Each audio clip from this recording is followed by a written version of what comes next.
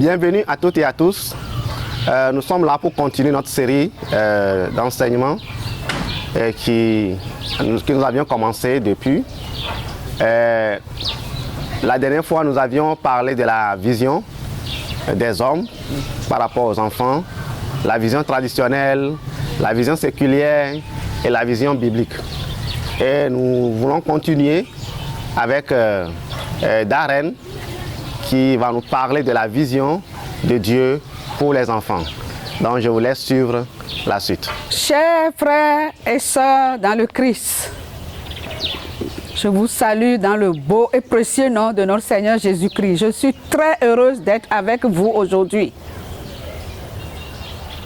Dieu est bon en tout temps. Comme notre frère Fofone l'a dit, aujourd'hui, nous allons voir comment Dieu voit l'enfant. Quelle est la vision de Dieu pour l'enfant? Nous allons tout de suite aller dans sa parole pour voir qu'est-ce que la Bible nous dit. Dans Psaume 139, versets 15 à 16. Psaume 139, versets 15 et 16. Mon corps n'était point caché devant toi lorsque j'ai été fait dans un lieu secret, tissé dans les profondeurs de la terre. Quand je n'étais qu'une masse informe, tes yeux me voyaient. Et sur ton livre étaient tous inscrits les jours qui m'étaient destinés avant qu'aucun d'eux n'existe. Donc, la parole de Dieu nous montre que Dieu a son regard sur les enfants avant même qu'ils soient conçus. Jérémie 1, verset 5 nous le confirme. Avant que je t'ai formé dans le ventre de ta mère, je te connaissais. Et avant que tu sois sorti de son sein, je t'avais consacré, je t'avais établi prophète des nations. Dieu disait à Jérémie, avant que je t'ai formé dans le ventre de ta mère, je te connaissais. C'est fort. Avant même qu'il soit formé, l'enfant est connu de Dieu. Quelle est alors la vision de Dieu par rapport à l'enfant à naître? Avant de continuer, nous allons voir quelle est la vision de l'homme. On a déjà vu dans l'autre session. Pour les hommes, un bébé qui doit naître, c'est un bout de chair, selon certains. Selon d'autres, c'est un accident. Pour d'autres encore, cet enfant n'est pas désiré. Pour d'autres, c'est une chose. Tant que le bébé est caché dans le ventre de sa mère, on l'ignore. On ne lui parle pas, on ne le considère pas comme une personne, on ne communique pas avec lui. Et ça a cette conséquence qu'on verra plus tard. On ne pose un regard sur lui qu'à sa naissance. Pour certains, pour d'autres encore, pire, le jour où il dit papa ou maman, alors on sait qu'il existe. Et cette vision que les hommes ont de l'enfant les pousse à l'avorter. L'avortement tue plus de 50 millions d'enfants par année. Dieu dit à Jérémie, avant que je te forme, avant que tu sois conçu, je te connaissais. Avant d'exister, avant d'être conçu par nos parents, on existait dans la pensée de Dieu. Aucun enfant n'est là par hasard. Tu n'es pas un hasard. Où étais-tu avant ta conception? Longtemps avant que tu sois conçu par tes parents, tu as été conçu dans l'Esprit de Dieu. Tu existais dans la pensée de Dieu. C'est lui qui a pensé à toi en premier, qui t'a imaginé, conçu, créé en esprit. Tu es vivant aujourd'hui parce que Dieu a voulu te créer. L'Éternel pensait à toi avant même de créer le monde. En fait, c'est à cause de toi, c'est pour toi qu'il a créé le monde. Le Seigneur a conçu l'environnement de cette planète pour que nous puissions y vivre. Tu n'es pas là par hasard. Ta naissance n'a pas été une erreur, ni le fruit du hasard, ni un accident, ni une surprise pour Dieu. Même si les circonstances dans lesquelles tu es né étaient en dehors de sa volonté, ta vie, le fait que tu sois en vie et sa propre volonté, son réel désir. Tu existes parce que Dieu l'a voulu. Chaque enfant qui naît, quel que soit son état ou les circonstances de sa naissance, a un appel précis sur sa vie. Dieu a dit à Jérémie, avant que tu naisses, avant que je te forme dans le ventre de ta mère, je te connaissais. Je t'avais appelé pour être prophète des nations. Un jour, un de nos responsables était en train de prier pour les enfants. Et Dieu lui montre une main pleine de graines. Elle lui demande, Guy, qu'est-ce que tu vois? Guy lui répond, je vois des graines. Et Dieu lui dit, moi je vois des arbres. C'est comme ça que Dieu nous regarde. Dieu n'attend pas qu'on naisse, qu'on fasse des études, qu'on ait les diplômes, peut-être qu'on ait fait une école biblique. Et alors il dit, maintenant, je peux appeler Josué missionnaire. Je peux appeler Rodolphe pasteur. Ou quand Rodolphe aura fait son master d'architecture, Dieu dit, bon, là maintenant, il peut être architecte. Non. Avant même que Rodolphe soit conçu, avant même que Josué soit conçu, Dieu avait déjà son plan. Chaque enfant qui naît est un projet de Dieu. Dieu a un projet dans son cœur. Il le pense, il le conçoit dans sa pensée. Il montre son projet à Jésus. Qu'est-ce que tu penses? Jésus dit, yeah, j'approuve, ça va, j'aime, comme nous disons aujourd'hui sur les réseaux sociaux. Jésus fait le pouce comme ça, j'aime. Et le Saint-Esprit dit, alors j'y vais pour mettre en œuvre. C'est comme ça que la Trinité travaille. C'est comme ça le regard de Dieu sur les enfants.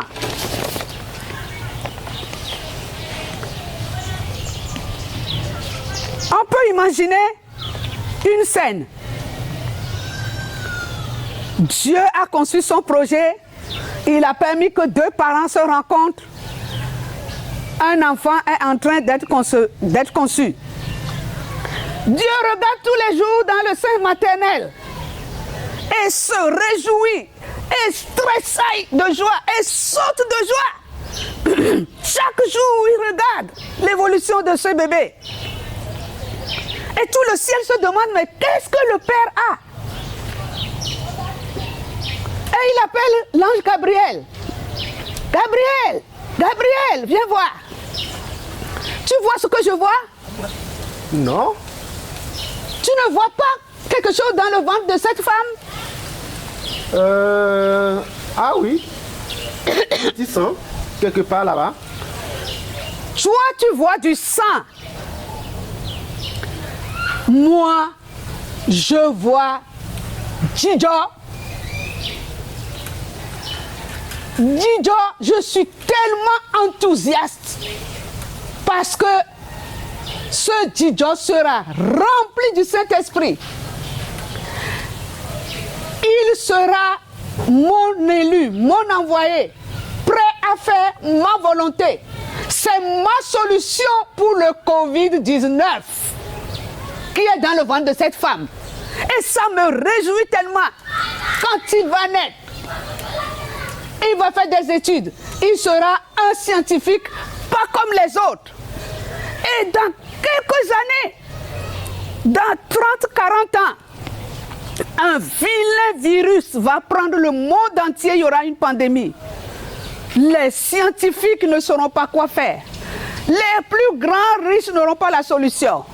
Mais moi, mon enfant que tu vois dans ce ventre aujourd'hui, Djijo, c'est lui. Il sera né en Afrique. C'est lui qui aura apporté la solution. Voilà comment moi je vois les enfants.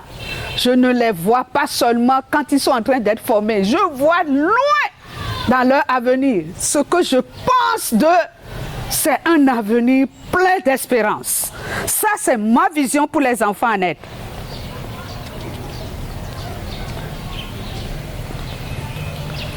Un enfant, tout enfant est créé à l'image de Dieu. Nous allons le voir dans Genèse 1, versets 27 à 28. Genèse 1, versets 27 et 28. Dieu créa l'homme à son image, il le créa à l'image de Dieu. Il créa l'homme et la femme. Dieu les bénit et Dieu leur dit, « Soyez féconds, multipliez, remplissez la terre et assujettissez-la. Et dominez sur les poissons de la mer, sur les oiseaux du ciel et sur tout animal qui se meut sur la terre. » Psaume 71, verset 6 nous dit, « Depuis le ventre de ma mère, tu as été mon Dieu. » Psaume 22, verset 10 à 11, 10, pareil. « Tu as été mon Dieu depuis le ventre de ma mère. » Donc, l'enfant peut connaître Dieu, peut être connecté à Dieu depuis le ventre de sa mère. Nous le voyons dans Luc 1 avec Jean-Baptiste. Au verset 15, l'ange a dit à son papa, « Il sera rempli du Saint-Esprit dès le sein maternel. » Et quel était l'appel de Jean-Baptiste? Préparer le chemin du Seigneur.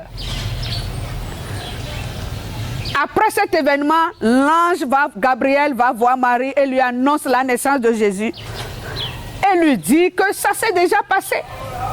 Dieu est un Dieu de l'impossible. Rien ne lui est impossible. Ta cousine Élisabeth attend un enfant. Elle est dans son 6e mois. Et Marie va visiter Élisabeth. Luc 1, verset 41 à 44 nous dit, dès que Marie a dit coco, l'enfant a commencé à tressaillir dans le ventre de sa maman. Maman, youhou! Dans ce ventre en face, il y a mon Seigneur, il y a le Sauveur, le Messie est à la porte. C'est ça que Élisabeth va dire à Marie. Les scientifiques ont trouvé des milliers d'années plus tard qu'à partir de 6, 7e mois, l'enfant entend tout ce qu'on dit. La Bible nous le prouve avec Jean-Baptiste. Et quoi? Il était déjà rempli du Saint-Esprit depuis le sein maternel comme Dieu l'avait prévu. Et il a commencé son travail de prophète avant de naître. C'est ça le regard de notre Dieu sur les enfants. Psaume 127, verset 3 nous dit que les enfants sont un cadeau, un don de Dieu. Nous allons continuer avec le regard de Jésus sur les enfants. Dans Jean 1, verset 18, Jean nous dit « Personne n'a jamais vu Dieu. Le Fils unique qui est dans son sein nous l'a montré. » Dans Jean 14, verset 9 à 10, Philippe disait à Jésus « Montre-nous le Père et nous serons dans la joie. » Jésus dit « Oh, depuis que moi je suis avec vous, tu me demandes aujourd'hui de te montrer le Père. Celui qui me voit, celui qui m'a vu, a vu le Père. »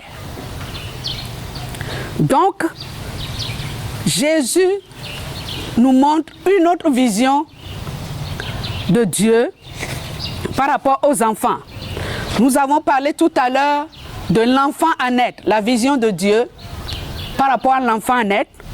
Nous allons voir la vision de Dieu que nous révèle Jésus par rapport à l'enfant qui est né.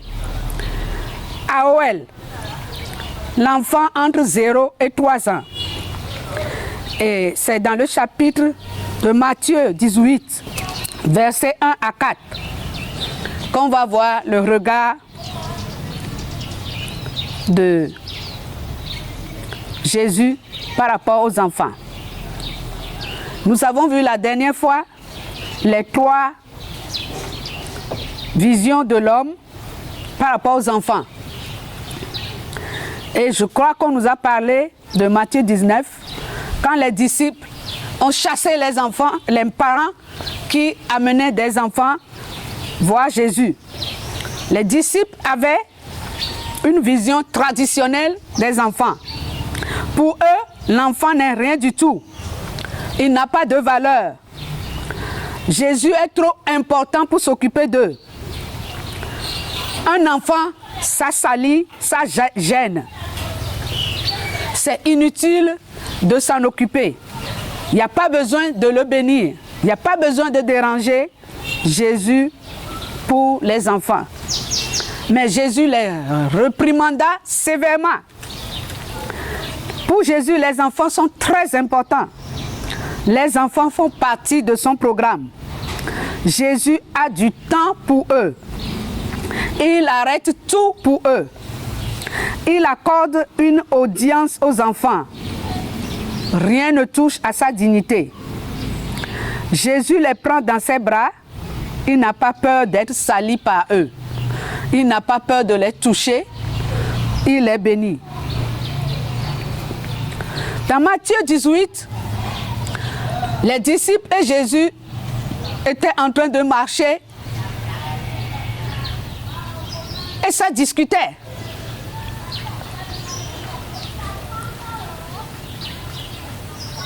Ah, il parle de royaume.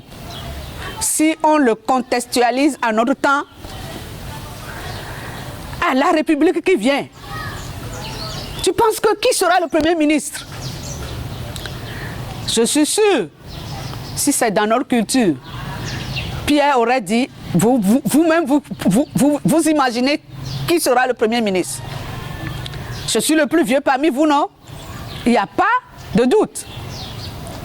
Jean va dire, je suis le bien-aimé, le disciple qu'il aime, donc c'est moi qui va choisir, je suis sûr. Je suis le préféré de Jésus. Quoique Dieu n'ait pas de préféré, hein? Et Judas va dire, mais moi j'ai la bourse. Donc je sais qu'on va me confier les finances. Débrouillez-vous pour la place de Premier ministre. Moi je serai ministre des Finances. Donc la discussion tournait autour de celui qui est le plus grand. Et Jésus va les choquer. Il prend un petit enfant entre 0 et 3 ans qui a encore bien les mains sales, le nez qui coule, pieds nus, peut-être les habits déchirés, et le place au milieu d'eux. Si vous ne vous convertissez pour devenir comme ce petit enfant, vous ne rentrerez pas dans le royaume des cieux. Waouh! Quelle gifle! Enfant, petit enfant comme ça, qui n'est même pas propre, avec le nez qui coule, nous on va lui ressembler. Oui, c'est ça le royaume de Dieu. Celui qui s'abaisse et devient humble comme ce petit enfant sera dans le royaume de mon Père. Ça veut dire que pour Jésus, dans le royaume de son Père, les enfants, les petits-enfants sont les plus grands, puisque la question est qui est le plus grand. Donc, dans le royaume de Dieu, ce sont les enfants qui sont les plus grands dans le royaume de Dieu. Et Jésus nous le confirme dans Matthieu 11, 25. En ce temps, Jésus prit la parole et dit, « Je te loue, Père, Seigneur du ciel et de la terre, de ce que tu as caché ces choses aux sages et aux intelligents, et de ce que tu les révèles aux enfants. Oui, je te loue de ce que tu l'as voulu ainsi. » Voilà, la grandeur dont Jésus parle n'est pas la grandeur dont nous on parle. La personne qui est plus riche, la personne qui est plus influente, la personne qui a plus de diplômes, la personne qui a plus de look qui nous attire, la personne qui a plus de biens, qui parle bien, qui a plus de diplômes, qui est un grand quelqu'un dans la société, c'est ça le plus grand pour nous les hommes. Jésus, c'est ceux qui ont comme les enfants, la révélation de ce que c'est que le Père. Il dira encore, gardez-vous de mépriser l'un de ces petits, car leur ange dans les cieux regarde continuellement la face de mon Père. Waouh! Ça veut dire, dans le royaume de Dieu, ça veut dire, dans le ciel, au paradis, les enfants sont à la première place. Pour pouvoir regarder la face de quelqu'un, il faut être très très proche. Donc, au premier rang, au paradis, qui on voit? Les enfants. Donc, attention de ne pas les mépriser. C'est ce que Jésus nous révèle. Et Jésus va continuer à leur dire, car celui qui accueille un de ces petits m'accueille moi-même. Donc ça veut dire que si un enfant rentre dans notre salle à l'école de dimanche, c'est Jésus lui-même qui rentre. Nous devons l'accueillir comme un président. Jésus veut qu'on accueille les enfants en son nom.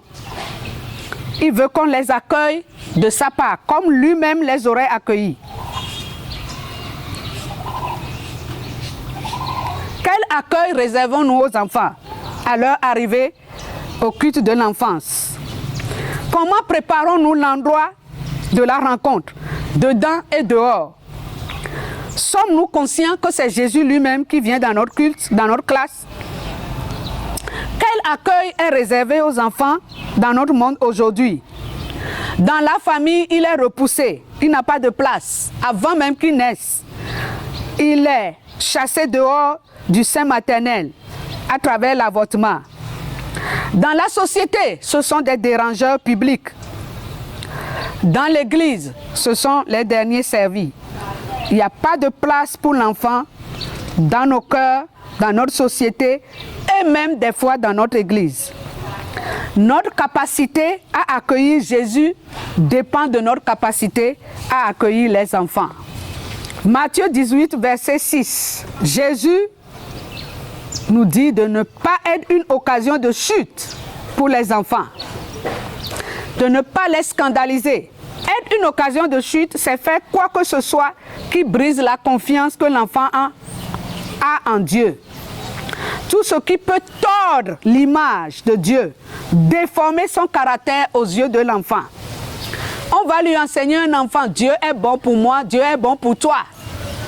Et quand on a un petit manque, vraiment, si Dieu était bon, il ne nous manquerait pas de riz. Si Dieu était bon, on ne serait pas malade. Il n'y aurait pas le Covid-19 partout. On ne serait pas obligé de se protéger, etc. Être une occasion de chute, c'est être un mauvais exemple pour l'enfant. L'influencer d'une mauvaise manière. L'entraîner à pécher. Hein? Les mamans qui ont un amas, on fait à manger, on met sur la tête de la petite fille. Tu vas amener ça à monsieur Kossi. Si papa revient et tu lui dis un mot, tu vas voir comment je vais te frapper. Ou bien, papa ne donne pas l'argent pour les repas à la maison. On fait à manger, on donne aux enfants, on lave la casserole et on dit quand papa revient, s'il demande vous avez mangé, vous dites on n'a rien mangé, on a faim. Ou bien on prend un enfant parce qu'on veut aller voler quelque part, notre tête est trop grosse pour passer par les barreaux de la fenêtre. On prend un enfant, on le fait passer par les barreaux et on lui dit, tu as vu, le sac qui est sur cette table-là, amène-moi ça. C'est être une occasion de chute. Et Jésus dit quoi? Il serait mieux pour la personne qu'on lui attache une meule de moulin au cou et qu'on le jette au fond de la mer. Aïe! La punition que Jésus a prévue pour la personne qui sera une occasion de chute pour un enfant est grave, hein? Meule de moulin, c'est des tonnes de pierres. Donc Jésus veut qu'on mette des tonnes de pierres au cou de la personne, qu'on le traîne dans la mer. Parce qu'il veut que la personne soit morte Et il veut s'assurer au cas où il saurait nager qu'il ne puisse pas sortir de la mer. Qu'il soit bien noyé, mort et bien mort, être le repas d'Agape pour les poissons. Une mort sans enterrement. Donc, nous avons une grande responsabilité. En tant que parents, en tant qu'éducateurs, en tant qu'enseignants, en tant que moniteurs, nous devons faire très attention de ne pas être une occasion de chute pour les enfants. Et si nous l'avons été, parce que on est des hommes, on est des pécheurs, on est tentés, on fait même des actes sans se rendre compte. Maintenant, la révélation est là, nous devons nous repentir. Sinon, la meule de moulin nous attend. C'est Jésus qui l'a dit, c'est pas moi. Je reviens au verset que je viens de citer, Matthieu 18, verset 10. Gardez-vous de mépriser un de ces petits. Mépriser, c'est ridiculiser, se moquer. C'est dire à l'enfant, tu ne peux pas. Tu n'es qu'un enfant. On l'a vu plusieurs fois dans la Bible. Beaucoup de gens qui ont dit à un enfant, tu n'es qu'un enfant, même à un ado. Nous voyons l'exemple de mépris dans 1 Samuel 17 avec l'histoire de David et Goliath. David est d'abord méprisé par son grand frère. Verset 28. Méprisé par le roi et méprisé par le Philistin lui-même. Son grand frère va le dire, petit chenapan, malin que tu es, je te connais, ton cœur est rempli de malice, qu'est-ce que tu viens faire ici? Ta place est aux côtés des moutons. Le roi va lui dire, mais tu ne peux pas, tu n'es qu'un enfant. Et le Philistin va le maudire. Mépriser, c'est mettre en boîte, c'est limiter, c'est ignorer le potentiel de quelqu'un, c'est ne pas reconnaître ses capacités. Dieu nous voit toujours par rapport au potentiel qui est en nous, pas par rapport à ce qu'on est aujourd'hui. Nous avons vu l'exemple dans Jérémie 1, nous voyons l'exemple dans Juges 6, 11 à 14, avec Gédéon. L'ange apparaît à Gédéon et l'appelle vaillant héros. Alors que Gédéon se voyait un zéro en ce temps, selon ce qu'il a dit. Un enfant a une très grande valeur aux yeux de Dieu. Matthieu 18, verset 14. Dieu ne veut qu'aucun des enfants soit perdu. Dieu ne veut pas que les enfants se perdent. Le plus tôt ils pourront choisir de vivre pour Dieu, le mieux ce sera. Dieu veut que tous les hommes soient sauvés, même les enfants. Voilà. À travers Matthieu 18, Jésus nous montre le regard de Dieu sur les enfants. Nous allons continuer avec comment Dieu voit les ados. La perspective biblique des adolescents. Nous allons regarder une vidéo qui introduit l'adolescence.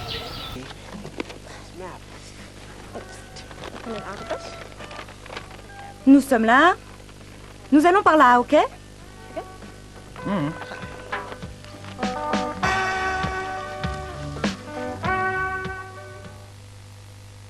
Je me demande ce que je deviendrai quand je serai grand. Peut-être que je serai un avocat brillant. Je pourrais devenir une star de football. Ou alors, un homme d'affaires très riche. Ou peut-être, un chanteur célèbre.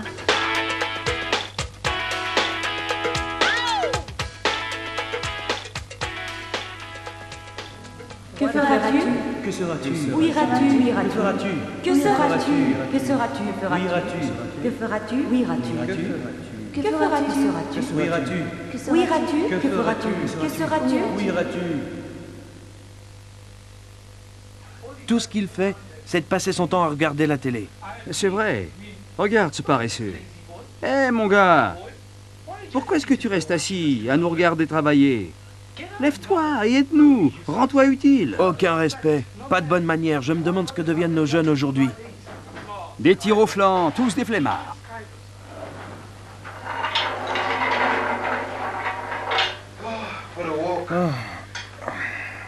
Quelle marche enfin à la maison. Ouché, tu y es arrivé? Oui. Comment était la montagne? Super, merci. Ah, voilà mon ami Batsirai. Salut. Et tu peux m'appeler Bats comme tout le monde. Oh, salut. Tu as l'air triste. Qu'est-ce qui ne va pas? Eh bien, 2 adultes viennent de me dire que je suis paresseux et inutile. Laisse-moi deviner. Ils ont dit quelque chose comme les jeunes ne sont plus ce qu'ils étaient.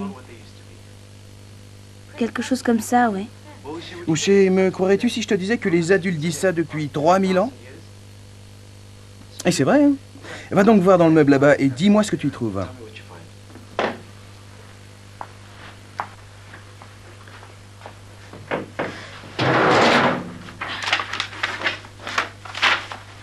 Surtout des vieilles lettres. Et regarde, il y en a une de la poste qui dit qu'ils vont installer ton téléphone la semaine prochaine. Quelle date porte-t-elle? Le 16 août 1951. Bien, il devrait bientôt arriver maintenant. Essaye le deuxième tiroir.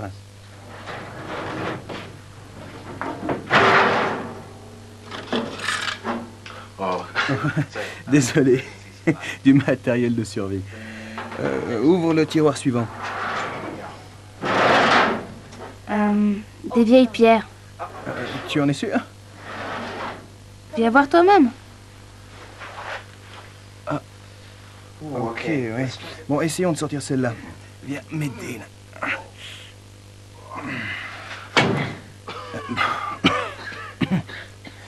C'est quoi, ça?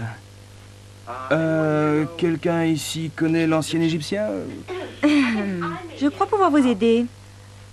Ok, regardons. Il y a... Les jeunes ne sont plus ce qu'ils étaient. Ils n'obéissent plus à leurs parents. Et ça a été écrit il y a environ 3000 ans. Je crois que je me sens déjà beaucoup mieux. Autre chose encore?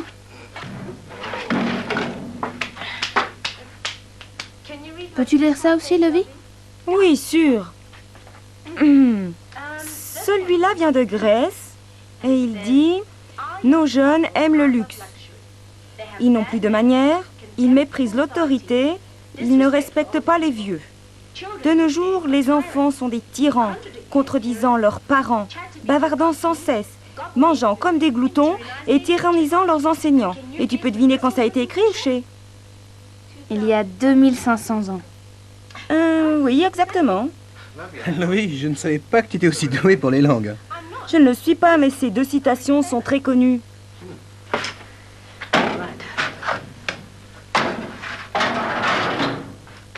Alors, tu vois, Ouché, cela fait des milliers d'années que les adultes disent ces choses aux jeunes de ton âge. Et ils ont toujours eu tort. Waouh! En fait, madame, c'est très simple. Nous avons établi une liste sur la base de votre description. Honnête, respectable, beau, etc. Je suis sûr que vous allez trouver le roi que vous cherchez. Je l'espère bien. Parce que mes instructions étaient très précises. Il fallait que je vienne dans cette ville, dans votre bureau, pour le trouver. Et c'était d'excellentes instructions, madame. Ok, Tinashe, envoie les candidats.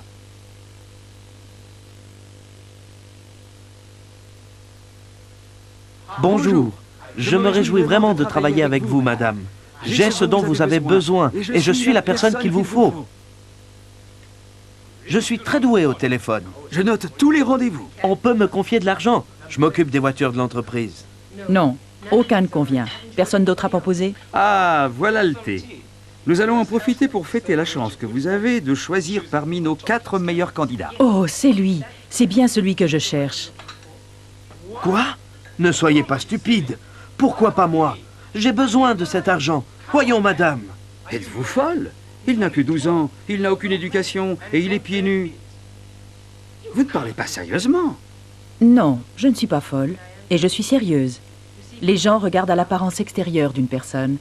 Mais Dieu regarde au cœur pour voir ce qu'elle est réellement. Et c'est ce garçon que je vais engager. Bien. C'est vous la cliente. Il faudra que je trouve un autre garçon pour servir le thé. La Bible raconte une histoire semblable. Dieu avait envoyé Samuel chez Isaïe pour désigner le prochain roi d'Israël. Et celui que Dieu avait choisi était le plus jeune fils d'un fermier. Celui qui gardait les moutons pendant que les autres prenaient du bon temps.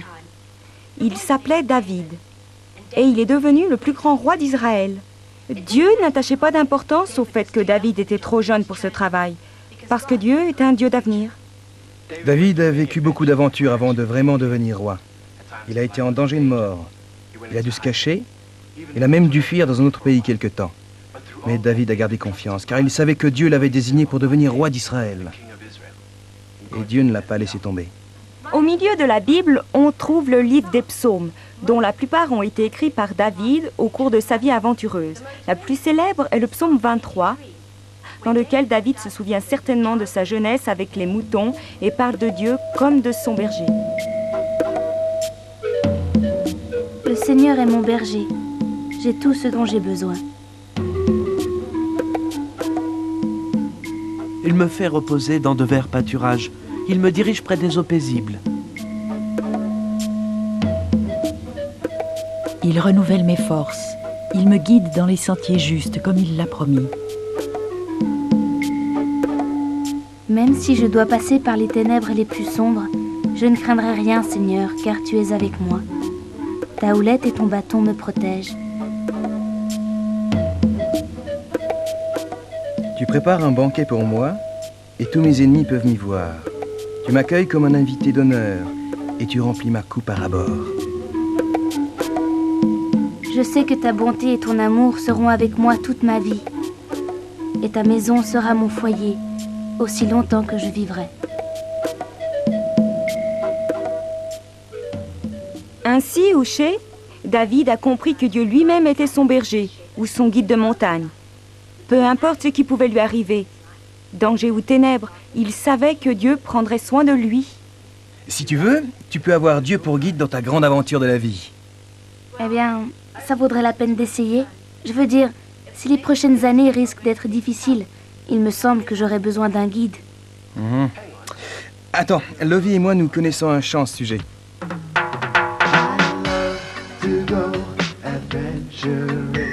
Along the mountain side, and as I travel on my way, the great God is my guide.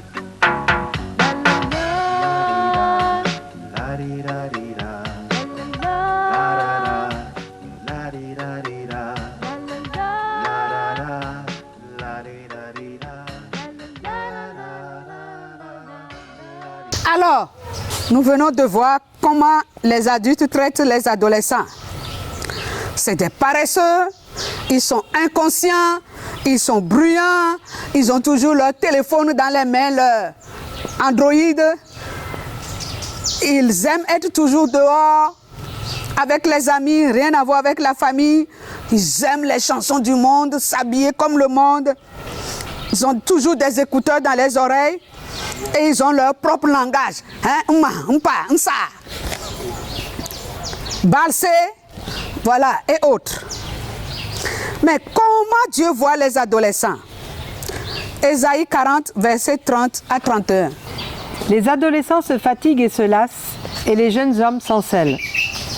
Mais ceux qui se confient en l'Éternel renouvellent leur force.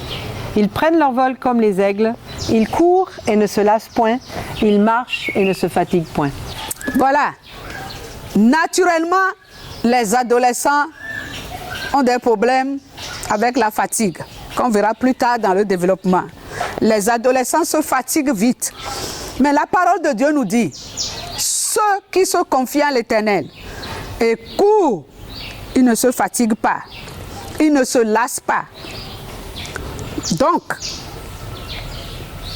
c'est Dieu ne s'arrête pas sur leur fatigue, leur paresse.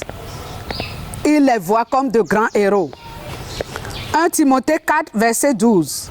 Que personne ne méprise ta jeunesse, mais sois un modèle pour les fidèles, en parole, en conduite, en amour, en foi, en pureté. Voilà, Paul conseille Timothée, ne laisse personne mépriser ta jeunesse. Parce que Dieu ne la méprise pas. Dieu ne méprise pas les ados, ne méprise pas les jeunes, même s'ils ont de grands défis. 1 Jean 2, versets 13 à 14. Je vous écris, Père, parce que vous avez connu celui qui est dès le commencement. Je vous écris, jeunes gens, parce que vous avez vaincu le malin.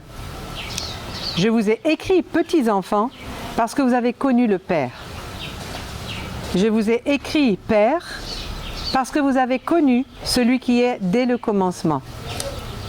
Je vous ai écrit, jeunes gens, parce que vous êtes forts et que la parole de Dieu demeure en vous et que vous avez vaincu le malin. Voilà.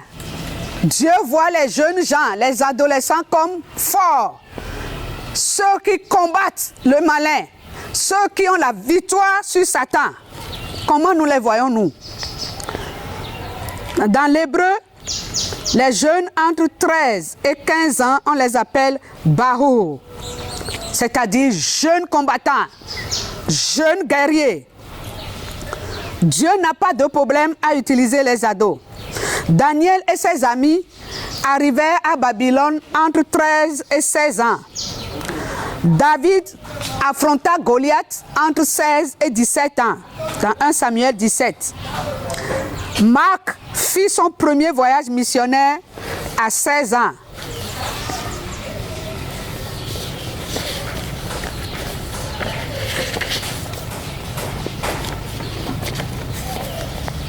Et nous,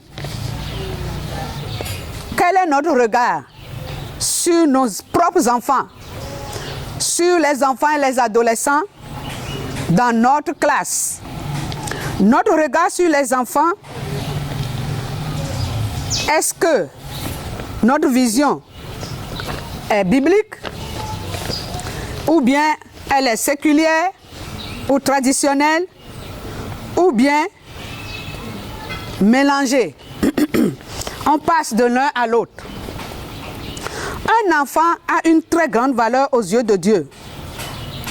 Nous devons voir les enfants comme Dieu les voit, avec les yeux de la foi et de l'espérance. Chaque enfant est une promesse de Dieu, un appel, une destinée, un potentiel énorme. Par nos paroles et nos comportements, nous pouvons le mépriser ou lui donner une occasion de grandir et de devenir ce qu'il est appelé à être réellement. Nous avons l'exemple des parents de Moïse, les parents de Jésus, l'exemple de Siméon et Anne dans Luc 2, 25 à 32. Des gens qui ont vu un tout petit enfant avec les yeux de la foi, qui ont vu ce qui n'était pas encore et qui ont reconnu son potentiel, son appel, sa destinée.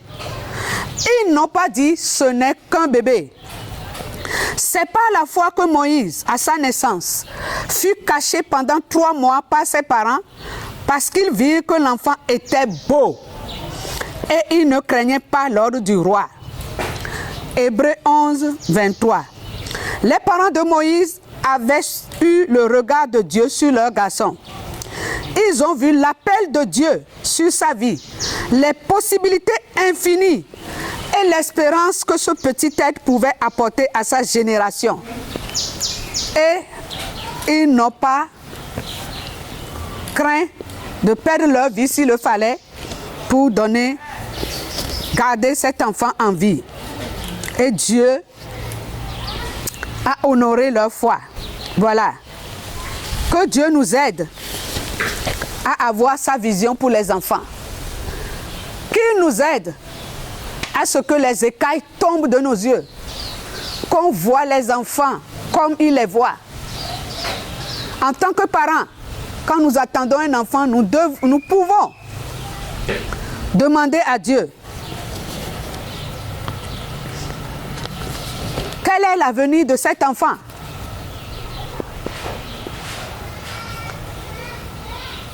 Rebecca, attendant Jacob et Ésaü, est allée vers Dieu. Qu'est-ce qui se passe? Ça bouscule trop dans mon ventre.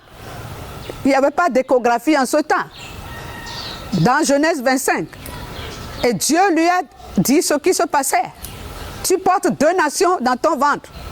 Quand ils vont naître, un va dominer l'autre, etc. La vision de Dieu sur nos enfants. L'ange a dit qui Samson allait devenir, qui Jean-Baptiste allait devenir, qui Jésus allait devenir. Nous pouvons demander déjà à Dieu quel est son regard sur l'enfant qu'on attend. Nous pouvons demander à Dieu de nous donner sa vision sur les enfants qu'on éduque, les enfants qu'on enseigne, et surtout ceux qui viennent à l'église. Que Dieu nous aide à ne pas mépriser les enfants, à ne pas être une occasion de chute. Que chacun d'entre nous, on prenne un temps de prière, qu'on réfléchisse, qu'on vienne devant le Seigneur. La première des choses, que le Saint-Esprit nous montre où est-ce qu'on a été une occasion de chute, où est-ce qu'on a méprisé un enfant, où est-ce qu'on a eu même la pensée qui nous a traversé la tête de provoquer un avortement, ou bien où est-ce que, ou quand on a notre tel enfant, c'est un accident. Je ne le voulais pas. C'était une surprise, on ne l'attendait pas. Qu'on puisse se repentir. La deuxième chose qu'on demande à Dieu, comme il a fait pour Saul de Tarse, de faire tomber les écailles de nos yeux pour qu'on puisse voir les enfants, nos propres enfants que nous avons à la maison, surtout ceux-là qui nous dérangent, ceux-là qui sont un défi, ceux-là qui sont difficiles à former, à éduquer. C'est eux-mêmes les grands de ce monde qui nous montrent comment ils les voient et que nous puissions avoir ce regard d'espérance. Parce qu'on a ce qu'on voit. Dans Genèse 13, Dieu a dit à Abraham, sors dehors, regarde le ciel, regarde les étoiles. Si tu peux les compter, ta descendance sera aussi nombreuse. Si tu peux compter le sable de la mer, tes descendants seront aussi nombreux. Et chaque fois, Abraham a vu, dans son rêve, dans son imagination, dans sa tête, cette multitude. Et il a osé appeler sa femme Sarah, mère d'une multitude, alors qu'ils n'avaient pas un seul enfant. Quand on lui demandait quel est ton nom, il disait Abraham au lieu de Abraham, alors qu'il n'avait pas un seul enfant. Nous pouvons faire de même pour nos enfants, ceux-là qui sont difficiles. Avoir le regard de Dieu, voir les grands architectes, les grands prédicateurs, les grands pasteurs, les grands scientifiques. Si Jésus tarde à venir, ceux qui sont un espoir, une solution pour cette génération.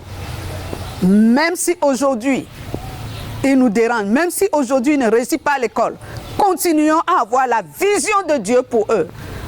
Et ceux-là qui sont dans nos classes, c'est les pères des anges, la terreur de l'enfer, ceux qui sont au premier rang au ciel, et ceux qui ont la révélation de ce que Dieu est. Ne l'oublions pas.